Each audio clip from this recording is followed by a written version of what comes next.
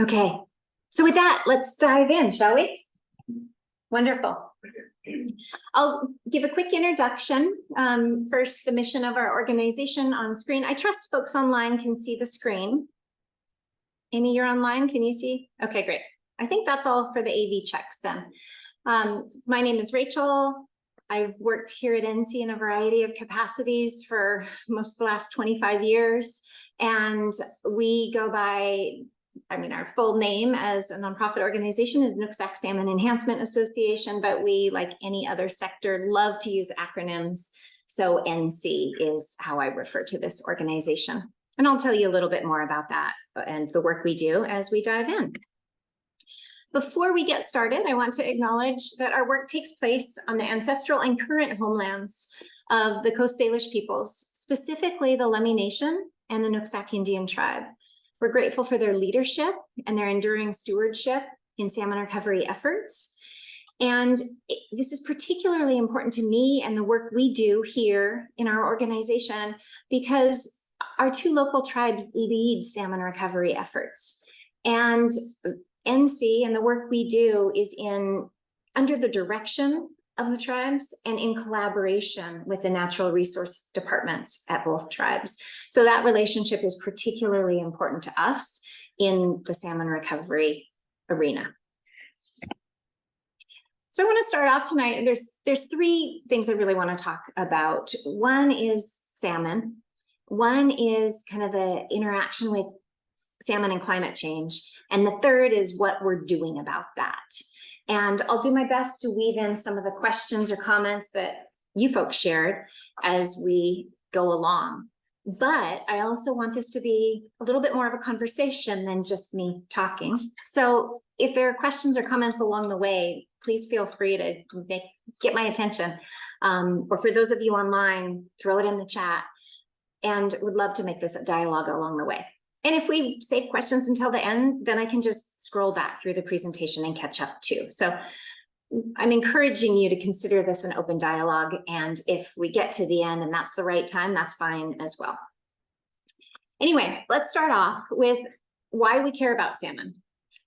So my belief is that here in the Pacific Northwest, salmon are a big deal, and we care about them for three different main kind of groupings of reasons. One is for the economic importance of salmon. According to recent data from Washington Department of Fish and Wildlife, the salmon economy is worth about $175 million a year in Washington state. So it's a big economic driver. For cultural reasons, from time immemorial, for local tribes to present, tribes and others see salmon as a kind of a central identity of our culture. From the Washington State Quarter that has a steelhead, which is in the salmonid family, on the back of it, to the iconic fish throwing at Pike Place Market, to the salmon in the rivers and in our stores. I think there's so much cultural identity, art, songs, music, that sense of place. And then the third reason is that salmon represent a healthy environment. If we have salmon thriving here in our local waters, then our environment is healthy enough to support them. They're basically the Pacific Northwest version of the canary in the coal mine, that proverbial story we've all heard about. And there are so many different animals that depend on them. Studies have shown that 137 species of animals depend on salmon for their survival. So imagine the trophic cascade, or the ripples that would happen through the food chain if we were to lose any of these salmon runs, from the orcas to all those other species that are maybe a little bit less visible than the orcas. There are so many animals that depend on salmon. So for those three main reasons, I believe people in this region and beyond care about salmon. So tonight we want to talk about the concept that salmon enhancement is climate action. And I don't think we can do that until we talk about salmon. And so for some of you, this will undoubtedly be review. And because of that, I'll go through it quite quickly. But I want to make sure everybody has a good understanding of what we're talking about when we're talking about salmon. So 5 salmon species are the focus here. We've got, and we have this little finger name game, which works with everybody from preschoolers on up. So if you don't know the 5 Pacific salmon here of the West Coast by heart, I'll encourage you to come along with me. I'll start out with my thumb that rhymes with chum, which is also known as the dog salmon. The finger I would use to maybe scratch my eye is the sockeye salmon finger. Most people's middle finger is their largest finger, and sometimes the large finger could correspond to the king. So the Chinook is also known as the king salmon. And then many people will wear a ring, if they choose to wear a ring, on their ring finger. And sometimes that ring is silver. Silver happens to be another name for coho salmon. And then, of course, the pink salmon, the pinky, and that's often known as the humpy. We complicate things because, of course, all these salmon need to have a nickname. And sometimes the nickname aligns with the finger game better than the conventional name. But if you get just the kind of basic names and nicknames down for the salmon, and you've got 5 fingers and you can remember some of those cues, it can be a great party trick to be able to rattle off the 5 Pacific salmon. When my kid was in preschool, he used to do that, and his teachers were always impressed. So real quick, I want to kind of zip through what those salmon look like in real life and shift from the cartoons and the finger naming game to what you might see if you were out along any of our local streams looking for salmon. And I'm not going to get into the details just because we don't have time tonight, but there are wonderful fish identification guides that can tell you about the size range, the differentiation, because one really cool thing about all 5 of these different Pacific salmon is that they have different niches in the environment. So they don't compete directly with each other for the space and the resources. So chum salmon are some of the fish that I expect to see in Whatcom Creek. How many of you are familiar with Whatcom Creek? Excellent. Beautiful stream, flows right through the heart of the city of Bellingham. For many years, I should say in most years, Whatcom Creek has the largest recreational chum fishery in the state of Washington, right in the heart of downtown Bellingham. So next, we've got the sockeye salmon. We do have a few sockeye salmon here in Whatcom County. Most sockeye salmon have evolved to utilize a lake system as part of their life cycle. So we don't have very many because our Nooksack River doesn't have a lake system that's part of it. There are large sockeye runs in the Fraser River to the north of us and in the Skagit River to the south of us. Both of those rivers tie in with large complex lake systems. But there are a few sockeye salmon that we call riverine sockeye that have adapted to just utilize that river environment. And they show up in these small numbers repeatedly every year to the same spots. It's also important to me to note that in Lake Whatcom, we have a robust population of landlocked sockeye, which are called kokanee. And many people can see kokanee as a different animal. It's the same thing as a sockeye salmon, but it is landlocked. It doesn't go to the ocean as part of its life cycle. And next we have the Chinook salmon. The focus on salmon recovery in our watershed is the recovery of spring Chinook. For a variety of different reasons, those are listed as the most important for recovery. And they are listed under the Endangered Species Act as threatened. They're also a top priority for salmon recovery by both of our local tribes. And one of the main reasons is their numbers are smaller than the others. Another is that historically, they're the most important salmon. All the salmon are important, but they were the first ones to return. And they return with large, healthy fat deposits because those salmon swim as adults. When they come back from the ocean, they swim into the river in April, May, June, and then they don't spawn until August or September. So those fish have evolved to eat extra in the ocean ahead of this time in the river of basically fasting, and to have enough energy reserves to be able to make it to the spawning grounds and procreate. So many people see the Chinook or the king salmon as being the most decadent. It's really because the fat percentage in the meat, if you're eating it, is higher, and we as humans think that's tastier. So for a variety of reasons, they're listed as the top priority for salmon recovery. They're also the largest. And then there's coho. I love all the salmon. I think they're miracles in the streams. I think if I had to pick one, coho might be my favorite.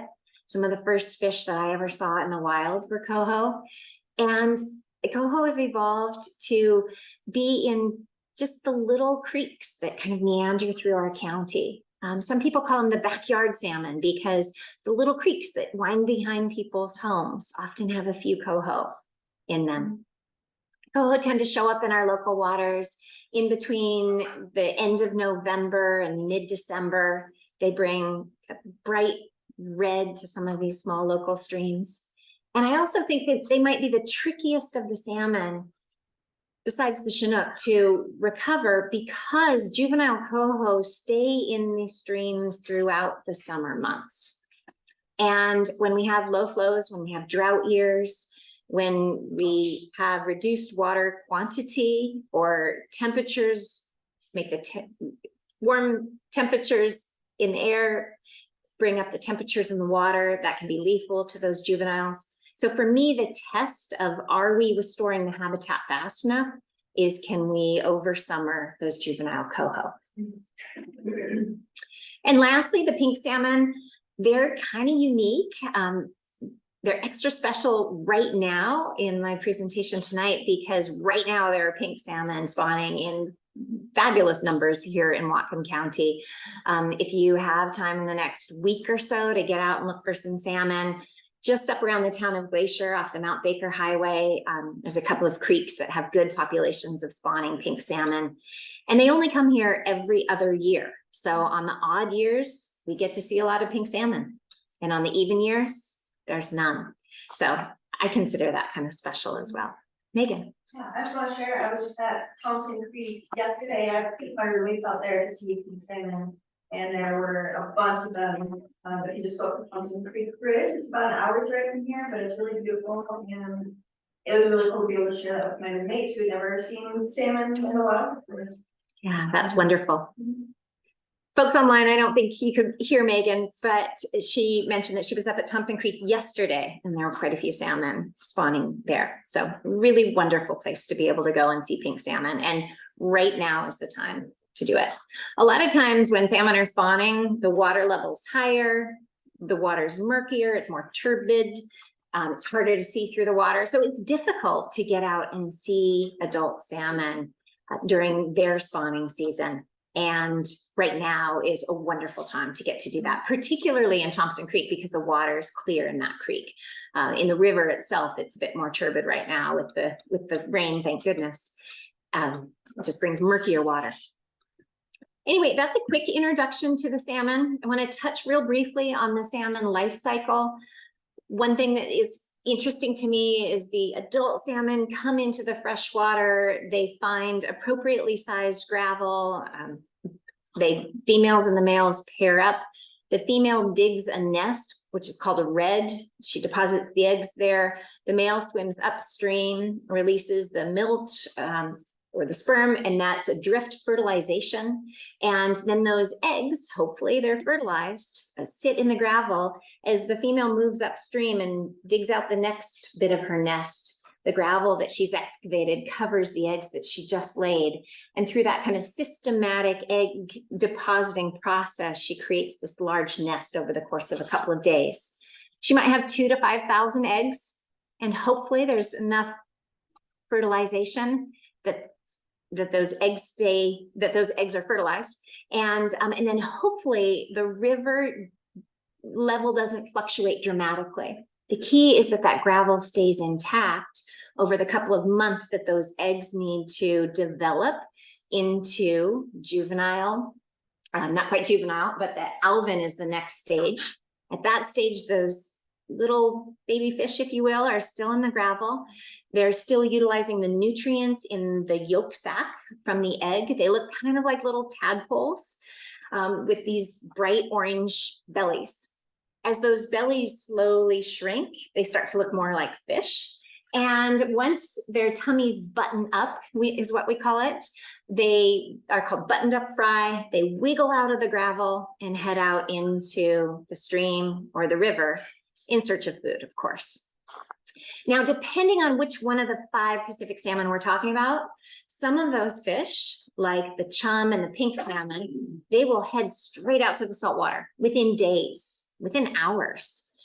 They have a strong drive to get out to the saltwater. In fact, if they don't, they'll start to die off within a pretty short period of time. Other fish, like I mentioned earlier, the coho salmon, for example, those juveniles will stay in the stream for 18 months. And that's why that summer water quality is particularly important. So depending on which one of the 5 salmon, the amount of time they spend at these different stages through the salmon life cycle can really vary, but the life cycle itself is consistent. I hope that makes sense. In any case, the fry are heading out, fry stay in fresh water. And then depending on that time frame for each one of them, those juvenile fish will go through a few key biological changes to prepare them to move into the saltwater environment.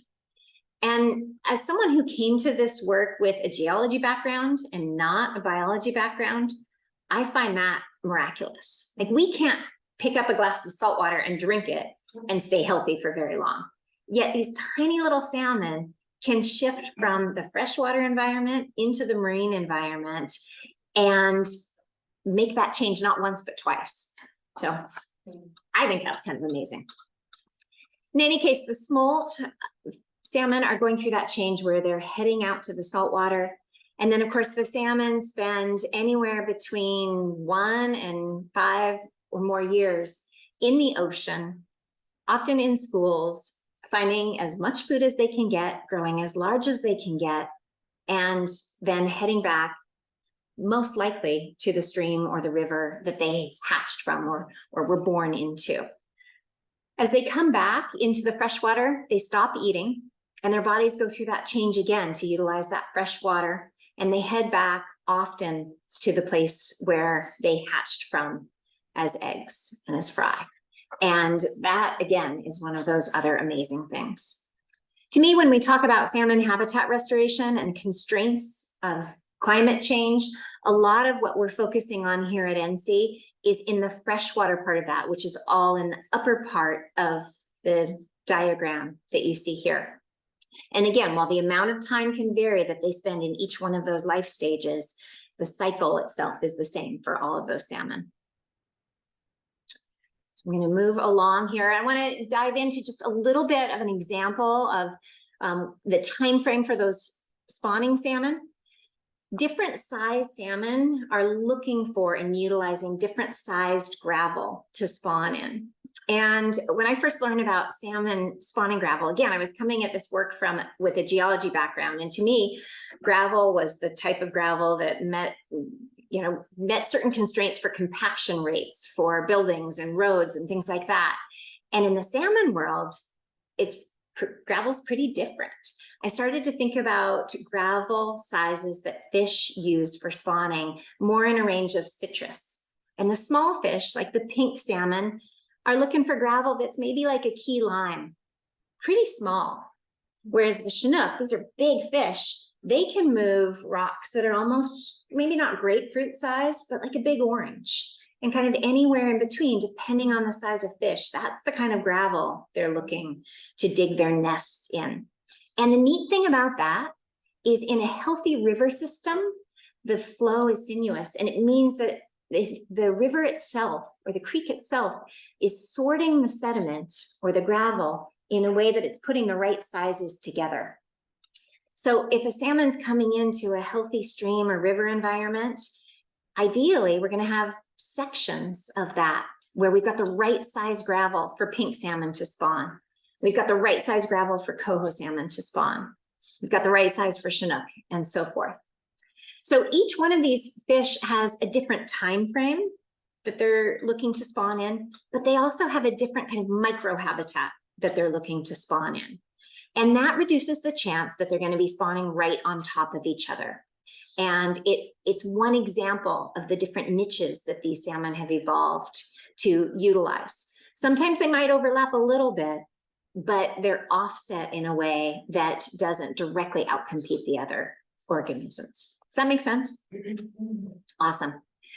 So the other neat thing about this calendar is if you're interested in going out and seeing spawning fish, you can kind of at a glance be looking at, well, what are the timeframes that they're here? And personally, I think it's super cool to go see salmon in the streams any time of the year, but the spawning salmon are the biggest and the easiest to see. It's much easier to see, you know, a big 20-pound fish than a whole bunch of fish that are maybe the size of my finger. So there's the size. They also change their colors as they're coming into the stream to spawn. And many of them, particularly the coho and the sockeye salmon, get bright, flashy coloration. So they're a bit easier to spot. So also want to talk a little bit about what kind of habitat salmon need. I mentioned the different niches for spawning, but we can look at different examples of the watershed and look at what is the type of freshwater habitat that salmon need. I also want to talk a little bit about how some of the impacts of climate change are forecasted to impact our area and how that overlaps with the type of habitat that those salmon need. And the key points, and this is sourced from research that the Nooksack Indian tribe has funded, but the key points of the projections of climate change as it relates to salmon habitat and salmon recovery include increased winter precipitation and decreased summer precipitation. And so for salmon, there's two key reasons that that's going to cause a stressor.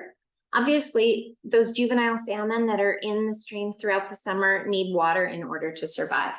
So decreased summer precipitation means less water coming out of the sky, less water feeding the creeks, less water in the creeks, increased mortality. It's as simple as that. If we don't have water in the creeks, there won't be any salmon that can survive in those parts of the creek. The increase in winter precipitation is a bit trickier because if that comes down as snow, it's held in the mountains, and that's not a bad thing for salmon or for people.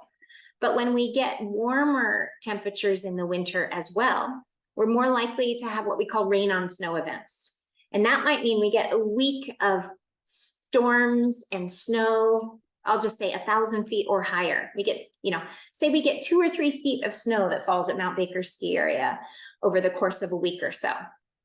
And that would be wonderful, right? At least for folks who like to play at the ski area like me. But then imagine a warm front comes in and the snow level zips up to 6,000 feet. And with it comes 2 inches of rain. That rain's going to fall down and not just flow into the creeks and the rivers, but it's going to melt a lot of snow on the way. And so it means what might have in the past been a relatively small flood becomes a much bigger flood. And when we see more the impacts of climate change and the climate change modeling, we see more and more of those rain on snow events. For those of you that were in this area or caught the news headlines in November 2021, that big unprecedented flood was triggered by a big rain on snow event. And the climate change modeling that we're looking at shows more and more of those kinds of events happening in our future. And that's bad news, not just for salmon, but for people who live along the rivers, people who depend on being able to get from point A to point B on roads that might be flooded, people who have farms or businesses that are impacted by flooding, animals, wildlife. There's a whole bunch of reasons that the increased flooding, especially in the fall and in the spring, but throughout the winter, is a scary thing, I think, for all of us. So the increase in air temperature in the winter contributes to those rain on snow events as well. Bumping down the list here, the increased summer temperatures also mean that we have less water and that the temperatures in the creeks themselves are getting higher. And salmon are cold water species. They can't survive when the water crosses a critical threshold. I'll talk a little bit more about that and how that shows up for salmon in a little bit. So the list here, and I could go kind of on and on about the impacts of the projections for climate change modeling in this area here and how it relates to salmon. But you can read this, and I'm not going to read it to you, but I am going to switch gears to a couple of examples of what that looks like. So here in our area, some of the points that we just talked about are going to show up in different ways. It can look like this. This is a picture of the 2021 flooding of the Nooksack. I'm just curious, how many of you were around when that happened? It was a big deal. It can look like this. This is a picture of the Sourdough Mountain Fire of the west slope of the Cascades that hopefully is starting to go out now as the rains are coming, but just a couple of weeks ago was still burning. The change that we've experienced here in the last 10 years of the increased frequency of having smoky days in August is something that we've seen in a relatively short period of time. It's interesting to me because as our climate is changing, we're also seeing an increase in number of people who are moving here because they're moving from areas where climate change is worse.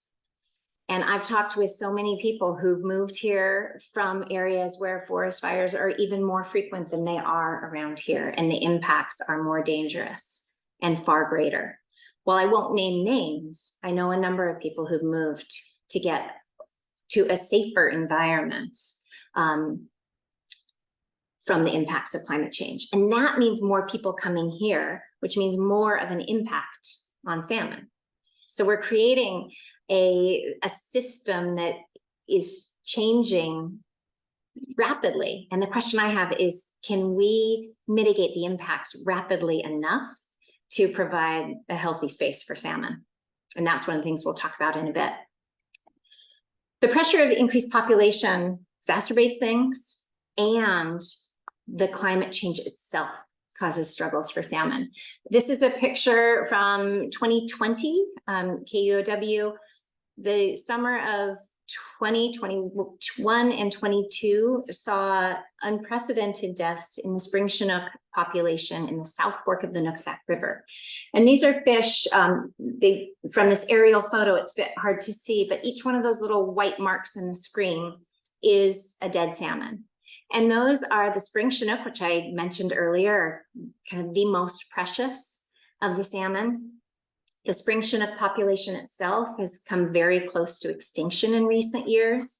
It's kind of a miracle that we've been able to get enough fish to come back, and we're losing many of these fish in that August heat window when the temperatures in the South Fork of the Nooksack River become lethal for these fish before they can spawn. So that's another example of what climate change looks like when you merge the impacts of climate change with salmon in our watersheds. So I want to look for just a minute at the various stages of the Chinook life cycle and kind of overlay the impacts of climate change on that particular salmon. Of course, you could do this with each one of the 5 Pacific salmon, but I chose Chinook just because I want to pick one. And the X on the screen, kind of upper right corner, shows that corresponds to the last slide, the picture where you can see the dead fish in the South Fork of the Nooksack River. So I think it's important to remember that while this problem seems insurmountable, this year has been a drought year, and we haven't had the record number of die-offs that we've seen in previous years. Of course, we could have a whole separate conversation about why that might be, but right now I just want to be grateful for the fact that we haven't seen the same die-offs. But what this shows you is on the right-hand side, you see the list of the different impacts of climate change. The increased winter peak flows, and that, of course, is that November and December where we have the eggs developing in the gravel. And we've got that young, we call them age 0, fingerling fry rearing in the systems. We've got the age plus the 1-year-olds rearing. and we've got the outmigration. So each one of the gray bars is where salmon are in the river system when the impacts of that climate change projected modeling is overlapping with their habitat needs. So another example, the second climate risk piece here, the loss of spring snowmelt, reducing the discharge and the water that the juvenile salmon need to outmigrate. That's going to happen in April, give or take a bit. And that's going to affect the upstream migratory holding for the adult fish. It's also going to affect all of the rearing and the outmigration for the juveniles. Usually we see salmon spawning, and this is all 5 species. We see them spawning sometime in the fall into early winter. Those eggs develop in the gravel through the winter, and most of the juveniles outmigrate in the springtime. And they tend to outmigrate when we have that nice burst of spring rains. We see the convergence of spring rains and a bit of snowmelt. And what the flow looks like is a nice gentle bell curve. And right near the peak of the bell curve is when we see most of the salmon, the juveniles, outmigrating to the sea. And if we see a loss of that spring snowmelt and a loss of that springtime rain, it's going to be harder for those juveniles to outmigrate to the ocean. Lastly, another example, we get the increased summer temperatures. That's one we've been paying really close attention to, particularly in the South Fork of the Nooksack River. And that's where we've got the adults that come into the river in May, and they don't spawn until August or September. So they're in the river system for 3, maybe 4 months. And this is something that, with or without the impacts of climate change, is just amazing to me. You've got these huge adult fish coming into the river and essentially kind of doing this quasi hibernation throughout the summer months. What they're looking for in order to survive is a deep pool where the water is cool. Maybe there's a log jam over the top of it, so there's a place, there's shelter, there's a place for them to hide. And they're not eating, they're not really swimming around besides trying to hold their position in the river. And they're basically hiding from predators, trying not to be startled or have to swim or use up any energy, and waiting for that biological trigger that is their incentive to spawn in August and September. And that's a time frame that for the spring Chinook, particularly in the South Fork of the Nooksack River, those increased summer temperatures can really trigger an unsafe or lethal environment for them. And again, that's the example we saw in the picture right here. So the question really becomes, what can we in the field of salmon recovery do to mitigate all of these risks that become greater with climate change and population growth? So that's where we come in, and all of the other entities who are working on salmon recovery. So I want to talk a little bit about what we're doing here at NC to try to help salmon be resilient enough to overcome all of those challenges. And it's important to me that you remember that we don't do this alone. I think NC is a great organization and we do really good work, but we don't work in a vacuum. We work with the local tribes, we work with Whatcom County, we work with the City of Bellingham is sponsoring this event. We work with the Whatcom Land Trust and the Whatcom Conservation District, and a whole lot of other entities, and even more people like you who are getting out and doing something to help salmon. And I can't promise that we can take away all these things. In fact, I can probably say we can't. But I do believe that we can make enough of a difference to keep salmon from going extinct. And if I didn't believe that in my heart, I wouldn't be able to do this work. So let's talk about what we're doing. I also want to share with you that our organization is one of 14 different groups around the state who does really similar work. And collectively, our mission is to engage our communities in the process of salmon recovery. But you can imagine the community here in Western Whatcom County is pretty different than maybe in the Tri-Cities area. So by being distinct nonprofit organization. We can have a mission that relates to the salmon recovery goals of our watershed and of our community. So I want to talk for a few minutes about what that looks like here on the ground in our area. The idea that salmon habitat restoration is equal to taking action to help our environment in the face of climate change is kind of the focus of the last few slides that I have. My belief is that every time we plant a tree, we're doing something to make a difference. And that tree doesn't seem like much. I mean, how many of you have planted a tree at a volunteer work party? A lot of us have. And I don't know about you, but the first time I planted a few trees along a creek that had naked stream banks, like these little twigs, what good are they going to do? And at the time, I was doing a lot of monitoring work, and I was monitoring that particular creek. And so I was bringing out survey equipment, and I was taking cross sections and longitudinal profiles and collecting data on the sediment transport and all kinds of fun, nerdy details about monitoring this creek. And I can tell you within a few years, it got really hard for me to use my survey equipment because these trees that I planted were starting to get in the way. And then they grew a little bit more, and the survey equipment really wasn't functional anymore because you had to move it so much because the trees had grown so much. And what I experienced from a technician who was doing monitoring was, well, these trees are getting in the way and they're providing shade. But from a biological standpoint, we were improving salmon habitat. And to this day, when I get a little bit discouraged and I think that maybe the work we're doing isn't making enough of a difference, I'll go back to that same restoration project and look at those trees, which are 60, 80 feet tall. The creek is fully shaded. The water temperatures are cool, and there are salmon in that creek year round. And that's the kind of difference that every one of those volunteers in this picture is making every time they plant a tree. And that's the kind of difference that you're making when you come out and plant a tree. And when we do that just one tree at a time, it's not enough, and it doesn't feel like it's enough.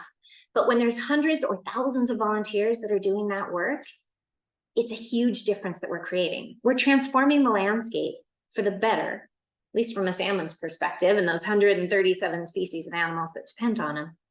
But it's really amazing to me that we can do something that simple that is collectively making a difference. And multiple research papers and presentations are showing that riparian restoration, or the act of planting trees along streams, is one of the best things that we can do to mitigate the impacts of climate change on salmon and our creeks and our environment, or the health of our watersheds. And so that's one of the key points I want to make, is that salmon habitat restoration is really taking action to improve our watersheds in the face of climate change. So I want to look at a few more examples of the type of restoration projects that NSEA, our organization, does for salmon. We do a lot of fish passage barrier removal projects, and this is important prior to climate change. But when we overlay the impacts of low flow in the summertime on top of these fish passage barriers, to me, it becomes more important.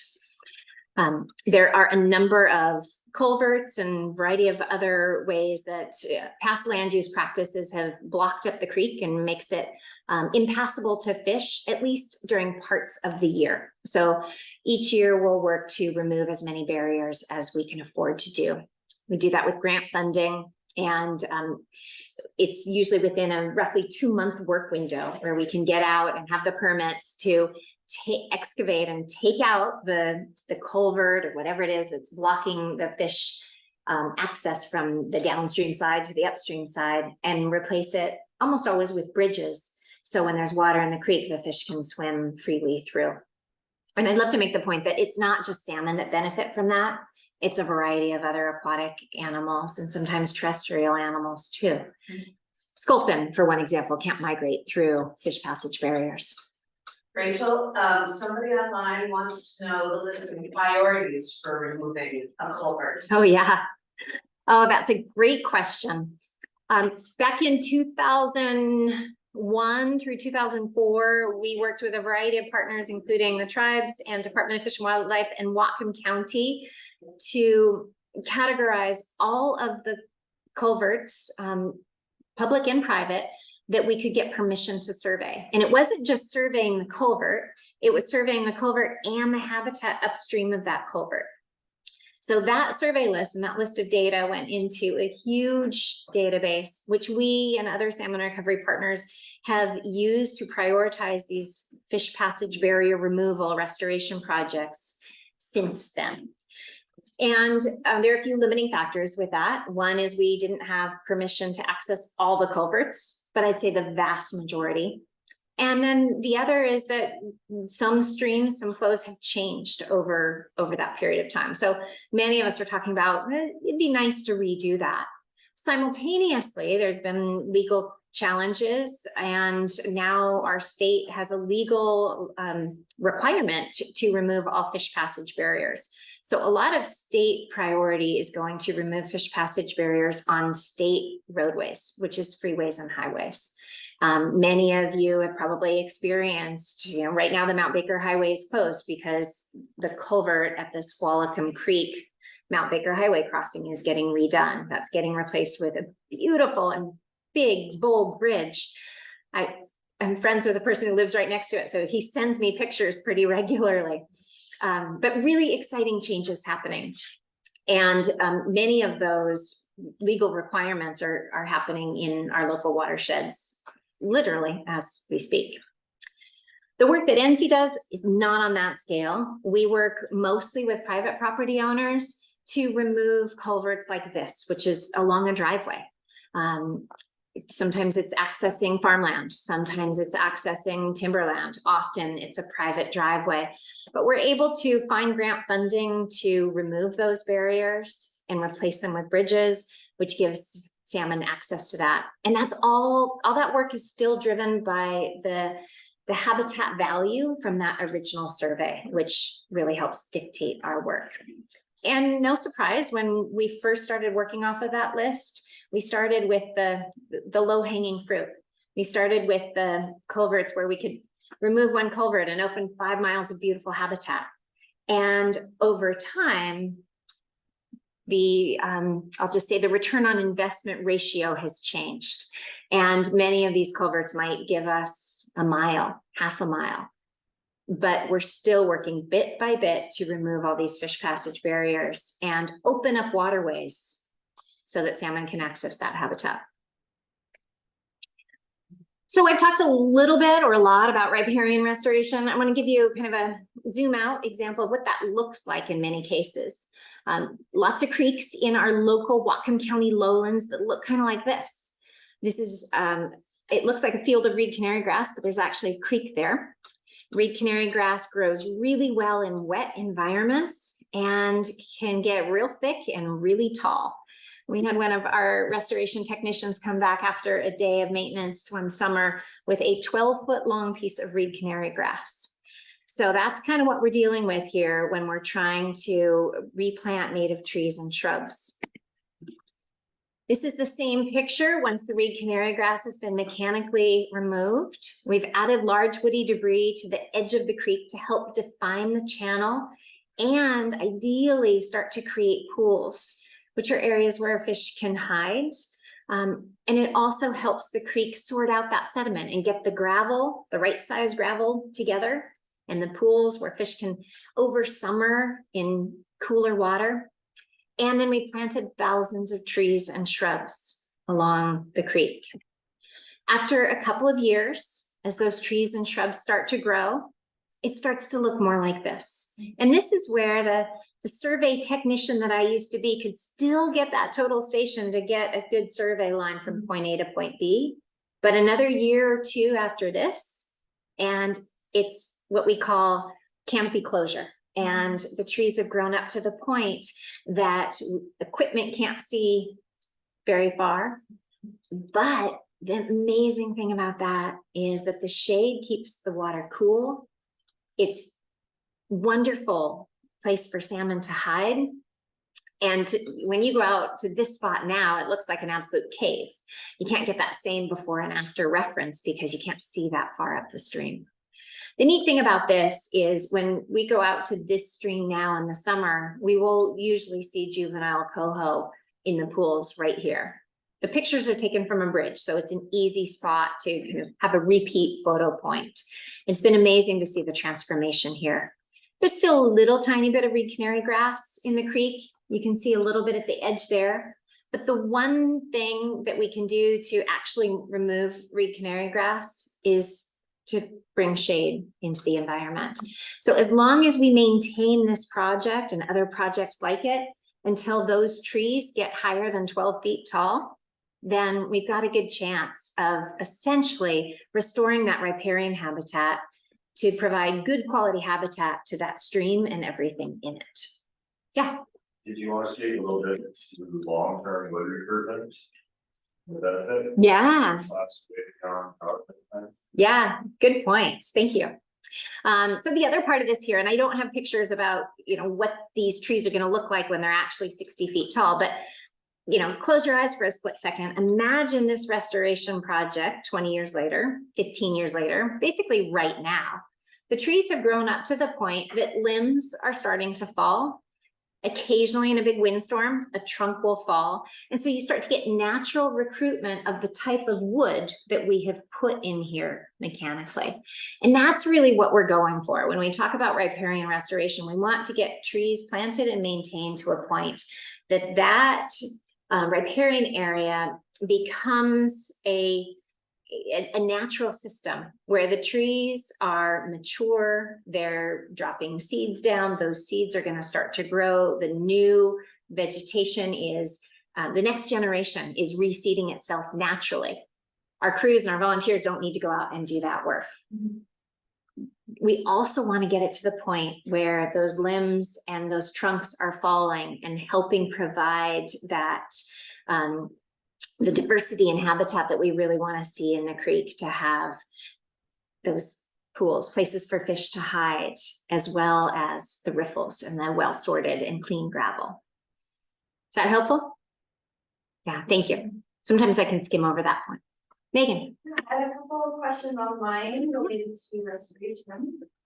Dave Beatty says, on Seattle TV News this evening, among the state counties, Whatcom County showed as having another summer, perhaps the third consecutive, of extreme drought. Yes. Is NC having to change its maintenance of the work regular county license? Oh, Dave, that's such a great question. It's interesting because our planting happens, our planting season here at NC, and for most of the salmon recovery partners who are doing riparian restoration, we start planting in late October and we keep planting through April. We try to plant when the trees and shrubs that we're planting are in their dormant phase. And then our maintenance consists of going out with weed eaters and making sure that the grass and other invasive vegetation doesn't overtake those plants. We don't generally water those plants, and we do monitor those plants. So we are always looking at what the survival rates are. Whenever we do a riparian restoration project, we have a commitment to get at least 80% survival. So the first 3 to 5 years, we're monitoring those sites, making sure that we're getting the survival rates in the plants we plant so that the project itself can be successful. I don't think there'd be anything much worse than planting, getting a bunch of volunteers together, planting 1,000 plants, and then not going back and making sure that they survived, not going back and maintaining them. So we're going back regularly for that 3 to 5 year period to make sure we get at least 80% survival. If not, we're replanting. But to answer your question as best I can, Dave, watering has not been part of that summer maintenance. And I don't know if that's something we're going to need to factor in the future. So far, the survival rates that we're seeing, even through the drought summers, are still keeping us up in that 80% range, but it is something that we're paying attention to. And as I think about the impacts of climate change on riparian restoration projects, another thing that we're paying attention to is are the mixture of plants, the trees and shrubs that we're planting along creeks, are those the right mixture, the right recipe for the climate of the future? And this is a question that we've been asking ourselves and other salmon recovery practitioners, not just here in Whatcom County, but around the state for the last 5 to 10 years. We've been talking about it at conferences. We've been comparing notes. And really in our watershed, the question is Western red cedar going to survive long enough to have that be the main tree, main conifer that we're planting in riparian projects? You may or may not have seen articles in the news that cite increased die-offs in Western red cedar. And we're kind of close to the edge of the climate range or the climate zone for Western red cedar. So the question really becomes, are we planting the trees in projects like this for the climate of now or yesterday? Are we planting for the climate of the future? And we have always made a point to plant native trees and shrubs, as in they are native to the climate of the past and the current climate. Does it make sense for us to consider planting trees like sequoia or a coastal redwood or a yellow or an incense cedar? Other trees that are similar to the Western red cedar, but different and more likely to survive periods of drought. So real quick, I want to touch on just a couple things. I want to respect people's time, and I know we're at 7 o'clock. So education programs, a big part of what we do here at NC, stewardship programs, and ultimately the kind of wrap up that my belief, and I hope yours too, is that restoration forms really important habitat for salmon, and that's especially important in the face of climate change. And I'm happy to chat more. I realize I get into telling stories, especially with questions. Lots of ways to be involved at NC. And really want to highlight for those of you online and here in the room, some great opportunities coming up in the next few weeks to month, from community work parties, where folks can come out and join us to plant trees, to salmon sightings. Great opportunities right now to get out and see salmon in local watersheds, as well as in the upcoming months. And I have flyers in the back of the room on these two topics. And a reminder that the future of salmon really truly is in our hands. My belief is that we're at a pivotal point where if we walked away and gave up, we would lose salmon in the next few decades, at least some runs. But by taking action, I believe, and the research shows, that we have a good chance of being able to keep salmon here for future generations. So I apologize, we don't have a ton of time for questions. I'm happy to stay late and talk about any questions in the room or online, and lots and lots and lots of sources from the research that I've mentioned directly and indirectly online. Thank you again for your time.